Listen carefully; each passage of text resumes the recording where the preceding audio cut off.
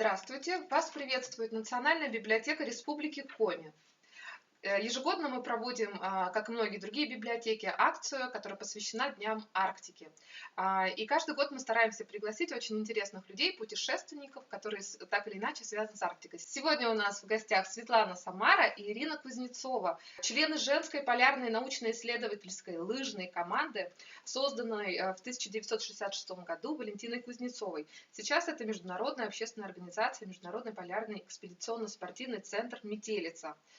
Здравствуйте, друзья! Здравствуйте. Наше интервью хотелось бы начать с вопроса, с чего началась метелица и вообще, что это такое? Сейчас, наверное, мало кто о ней знает, очень узкий круг людей, но раньше она гремела на весь мир, она была известна по всему миру. Почему?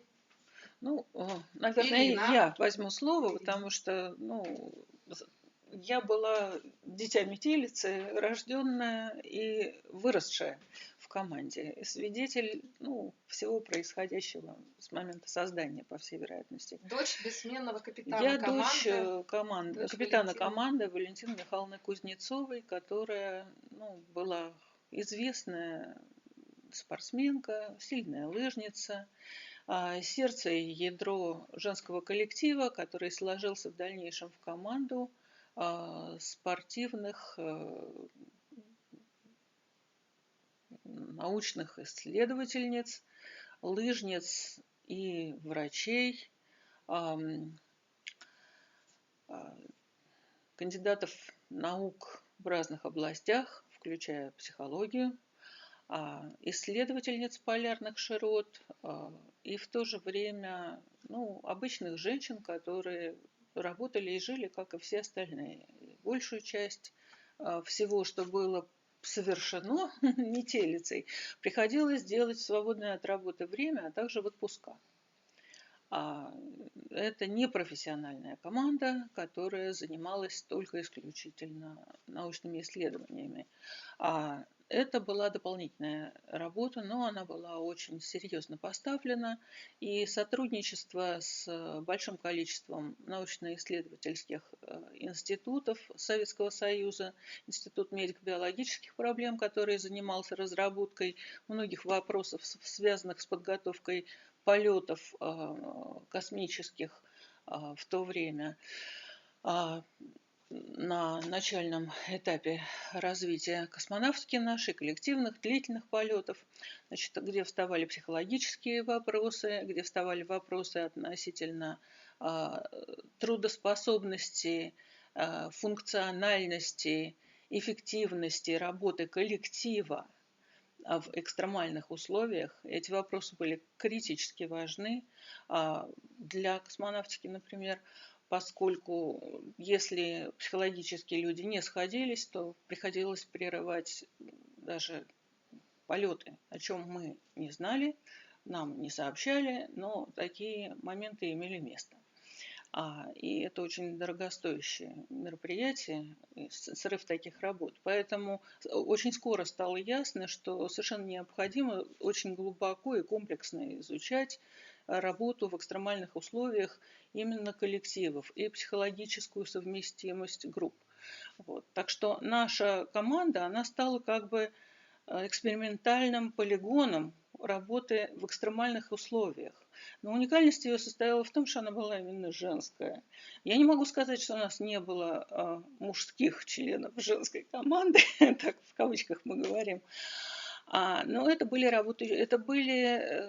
тренеры, которые иногда принимали участие в наших пробегах или экспедициях, сопровождая или выходя на маршрут, чтобы оценить степень психологической совместимости, подготовки, состояние снаряжения и выдать свои рекомендации на будущее.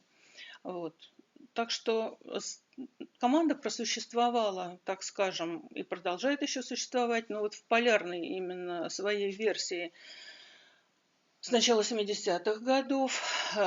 Был такой дополярный период сверхдальних лыжных пробегов. Пробеги отличаются от экспедиций тем, что они не автономны. Значит, идет поддержка какая-то, там автобус, в котором можно, ну, иметь с собой все необходимое и запасное, но и не тянуть за собой там нарты тяжелые с грузом, там 50, 60, 70 килограмм. И, соответственно, темп движения у вас не 3 километра в час там, или 2,5, или в зависимости от сложности маршрута, когда там идешь по дрейфующим льдам, к примеру, 3 часа, там 300 метров, понимаете? Потому что ты просто лезешь по снежным ледяным буеракам, торосам, высота торошения может быть там выше человеческого роста. И надо это все преодолевать с этими санями.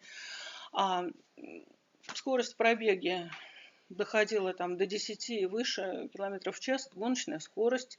И с этой скоростью девочки шли по 8, порой 10 часов. И это было каждый день. И каждый день, вот первый был маршрут Москва-Смоленск, 725 километров, 66 год. Они показали, что они способны это сделать. А по следам бауманской команды, бауманцев-спортсменов, которые сделали аналогичный пробег. Просто это были мужчины, это был как бы вызов, который девушки приняли, когда им его бросили. Вот. Пришлось, захотелось доказать, что и женщины тоже могут и не слабы. А потом в 1968 году был пробег Москва-Ленинград. Соответственно, он был за, по-моему, 8 дней. 7,5 суток. Вот, да, 7,5 суток. И тоже, вы понимаете, что это там было по 100 километров и выше. День. Да. И это было крайне, физически сложно. Но опять же появилась вера в себя, и стало понятно, что способны на большее. И тут вот родилась такая возможность, как бы и мечта, сходить в сверхдальний лыжный переход. Это была Финляндия. Москва, Ленинград, Турку-Тампере-Торнио, 2600 километров за 33 ходовых дня. С очень редкими выходными. 70 километров в день – это минимум, 100 километров, 110 километров – это максимальный был день. Это какой год? Это 1969 год. Вот. После этого перехода, точнее, сверхдальнего лыжного пробега, метелицу узнали на международной арене, очень высоко оценили, признали. Скандинавские страны просто были потрясены тем, что такая интенсивность нагрузок. Они же, хорошие лыжники, они себе представляют, что это такое. Они понимали. И очень широко во всех новостях, в прессе, на телевидении постоянно шли программы. И народ выходил встречать, сопровождали ночью на тракторах, крестьяне выезжали, чтобы протропить лыжню. Если девушки шли поздно, уже в темноте, темнеет же рано. И вот светили и ехали медленно там, как для мотосаней, там, допустим, десятки километров, чтобы только вот сделать вот эту дорогу для девчонок полегче, помягче и, поддержать их морально. После этого пробега стало понятно, что команда не готова распасться. Она была готова продолжать что-то необыкновенное. И решили вместе создать себе мечту. Стали мечтать.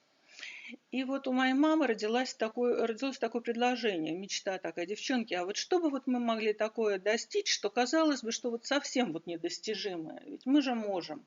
Потому что если мы сможем, дело не в том, что мы вот такие, мы просто знаем, что на севере, в русской Арктике работают люди, которые работают в тяжелейших порой условиях, и их не удивишь сложностями никакими, да, но эти повседневные трудности, наверное, легче с ними сталкиваться, когда ты понимаешь, что вот даже женщины, вот они прошли такие непростые пути, вот они могут, ну и мы тоже сможем. Какие тут как бы проблемы? Так что мужчинам, может быть, даже это не вызов, ну просто людям, ну, легче будет знать, что раз женщины смогли, то ну, любой справится. То есть после Финляндии замахнулись на Зама- Арктику. зама- Мы замахнулись на Антарктиду, Страшно. но было понятно, что в Антарктиду попасть не научно-спортивной экспедиции, без научной составляющей серьезной, не будучи членом советской антарктической экспедиции как научный отряд, попасть туда нельзя.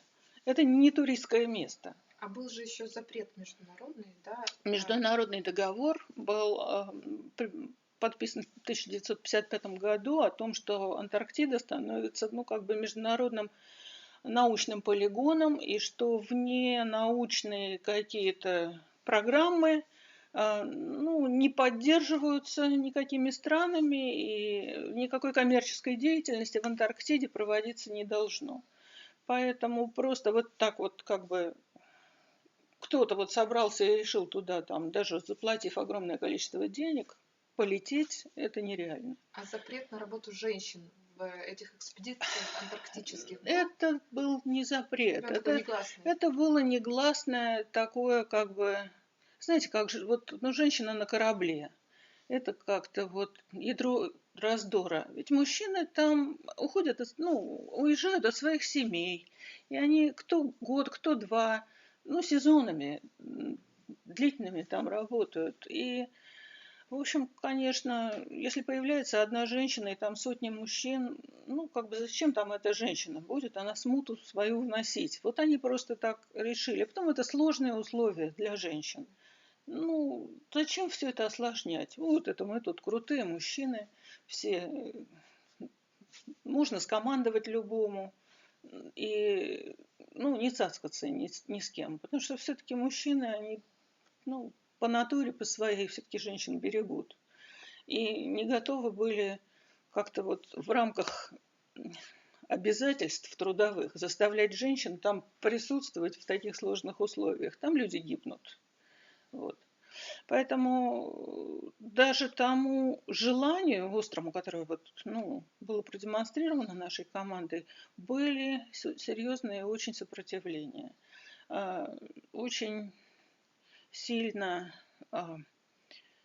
директор Института Арктики и Антарктики в то время Трешников, ну, препятствовал, не хотел связываться с этим, потому что это огромная ответственность. Если попадают женщины на континент, за них полностью несет ответственность курирующая организация. Институт Арктики и Антарктики, а также Министерство, ну, у нас было экологическое министерство гидрометеорологии и экологии в то время, с которым руководил Юрий Антонович Израиль. И только потому, что вот Юрий Антонович Израиль был таким человеком, ну, очень творческим, мечтательным и высокопрофессиональным, и в то же время, ну, чутким, теплым и откликающимся на вот истинное движение души. Заняло годы доказать ему, что вот этот отряд, который проработал в Арктике уже 13 полярных экспедиций и проработал с очень серьезными научно-исследовательскими институтами, а он сам серьезный научный работник, академик Академии наук, эколог номер один в нашей стране. Потому что система вот мониторинга состояния окружающей среды, это была и его идея, и он основы ее заложил. Вот, собственно говоря, он сам большой энтузиаст. Он решил поддержать энтузиастов и взять на себя ответственность. И он распорядился Институту Арктики и Антарктики, который был в подчинении у министерства, все-таки взять на себя ответственность такую, да, и принять в свой состав 33-й советской антарктической экспедиции 1988-89 года впервые в мире женскую научно-исследовательскую спортивно-научную команду, которая имела вот медико-биологическую программу исследований и психологических исследований также. То есть вот 13 экспедиций в Арктику, это Три была подготовка для того, чтобы вас попасть допустили в Антарктиду. Антарктиды, Да, это была наша проверка на прочность, на выносливость, на веру в себя и на целеустремленность. Вот да, я про это тоже подумала, что все-таки к цели пришли. Но в Антарктиде вы не единожды были. Я была в Антарктиде дважды. Метелицу я имею в виду. Я лично. А метелица была в Антарктиде трижды. 3 раза. Да, да. Первая была рекогностировка в 1988 году в составе, несколько человек у нас была моя матушка Валентина Михайловна Кузнецова, Антонина Егорова, ее ближайший соратник и штурман, Ирина Баяновна Соловьева, психолог, Татьяна Евгеньевна Егорова, наш научный руководитель медицинских программ арктических, и также Светлана Моисеевна Гурьева, которая была такой как бы организатор тоже и администратор, как бы директор проектов в какой-то степени. В принципе, за короткое достаточно время, которое было там уделено, была возможность пребывания там. Потому что нужно было с тем же рейсом, что прилетел, он там отсиживается какое-то время, успеть испытать все снаряжение, успеть проконсультироваться с руководителем станции «Молодежная» Юрий Андреевич Хабаров, такой был чудесный человек, успеть с ним, проконсультироваться по возможностям организации уже более продолжительного, серьезного маршрута и той степени поддержки, на которую может рассчитывать наша экспедиция, как будет происходить страховка, потому что без страховки не стоял даже вопрос о том, чтобы мы могли быть отпущены на маршрут. Там гибнут целые трактора, проваливаются в трещины под лед. А чтобы женщин одних отправить там, и вообще, чтобы никто за ними не смотрел, шапки полетят, если кто-то просто даже слегка обморозится. А там температура до минус 55 вот летом. То, с чем нам пришлось сталкиваться. Светлана, спросим. Светлана, я знаю, что очень много научных наработок было, очень много исследований проведено. И сейчас это как-то используется. Я знаю, что вроде бы как даже много научных работ написано именно на основе исследований метелицы.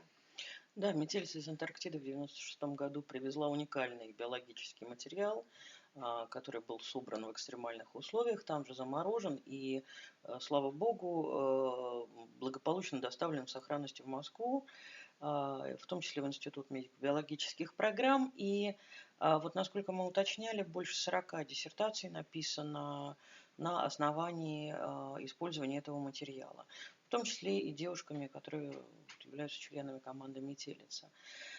В том числе психологические серьезнейшие разработки для работы женщин в автономных экстремальных условиях. Именно автономных были использованы Ириной Баяновной Соловьевой в Центре подготовки космонавтов. 10 лет они ею просто выхаживались в Арктике. Сейчас все психологические дневники, все наработки команды, еще не в полном объеме, но очень активно задействуются в текущей повседневной работе команды «Метелица». Потому что на сегодняшний день, в том числе, это не идея молодого поколения «Метелицы». Это идея, которая была в «Метелице» всегда. «Метелица» всегда была большой командой, в которой находилось место всем. В «Метелице» всегда были коты, собаки, 50 котов, которые вечно усыновлялись и пристраивались. В «Метелице» всегда. У Кузнецовой дома всегда жили те, кому сейчас плохо, те, кому сейчас некуда податься. Вот эта часть работы сейчас стала доминировать. Потому что, на самом деле, смерть Валентины Михайловны, она для нас была очень большим ударом, потому что это было совершенно скоропостижно, это было неожиданно, и команда была очень долго деморализована, потому что мы не понимали, как без Кузнецовой, а какая Арктика вообще, какой Арктики, а какой Антарктики без Кузнецовой. пунцовой можно говорить. И мы не понимали точку приложения. И мы потихонечку как-то вот заняли себя просто дворовой ребятней, которая болталась у нас возле офиса летом. И из этого вылезла целая программа. Мы увидели, что подросток-инвалид даже в Москве, в куда более благополучной, чем многие другие городах, он практически не занят летом. Он не может ни на детскую площадку, ни в футбол, он ничего не может.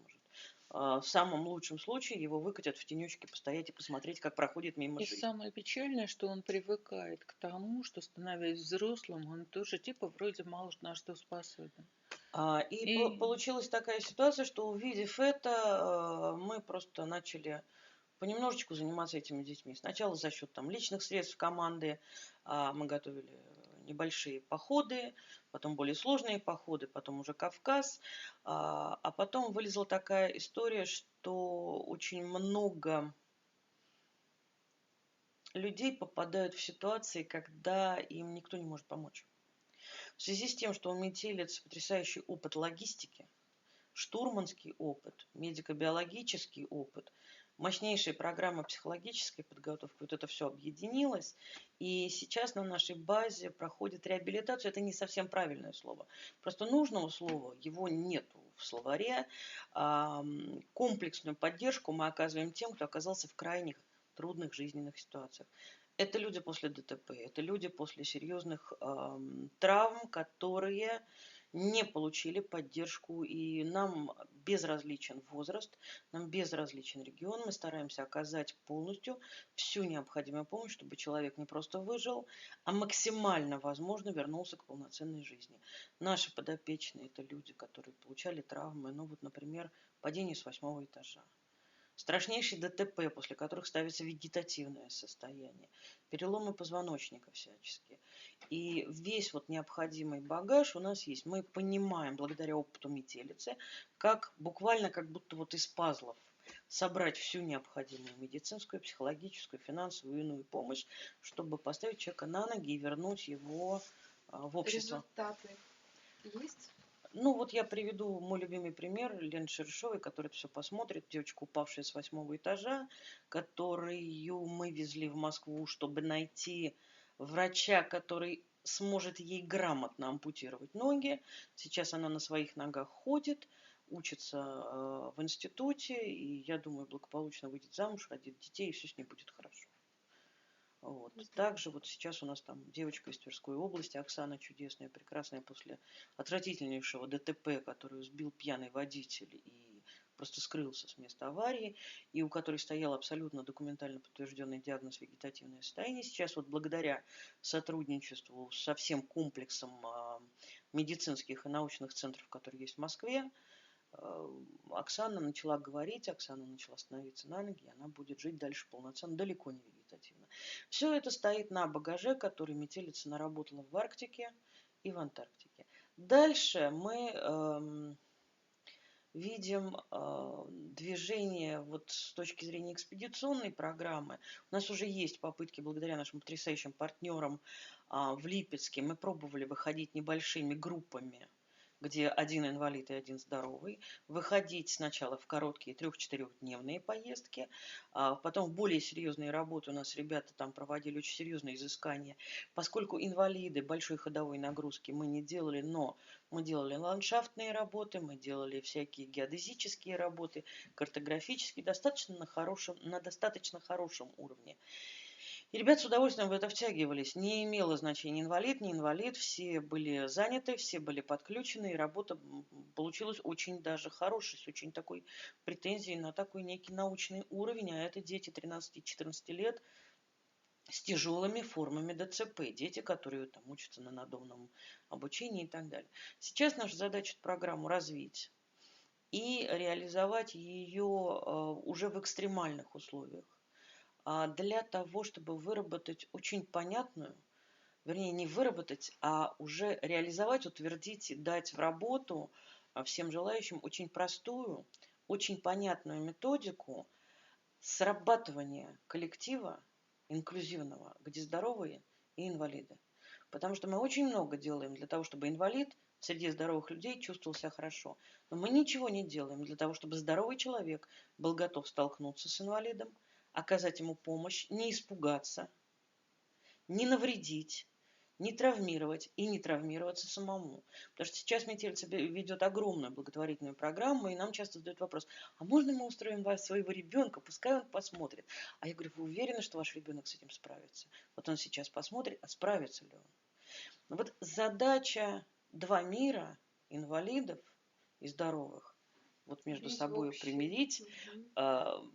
Чтобы сделать всем было это комфортно. одним единым миром, но для этого нужны достаточно такие Понимание. автономные условия, Мгм. скажем так. Понятные, прозрачные, чистые автономные условия научного эксперимента. Ну, бюджет, конечно. Это очень хорошее дело, учитывая, что сейчас почти все об инклюзиве говорят, но технологий на самом деле нет. Технологий Все нет, говорят, что это методики нет. нужно, важно, методик нет. Вот, поэтому мы Метелице пожелаем удачи. Мы очень рады, что экспедиции продолжаются, они не закончились, пускай они сейчас не такие масштабные, но важные и нужные. Спасибо, что вы приехали к нам в гости, да, в наш далекий северный город.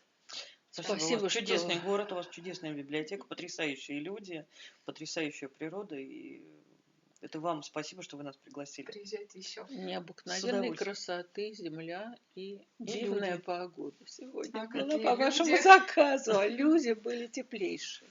Люди чудесные. Спасибо большое. Спасибо.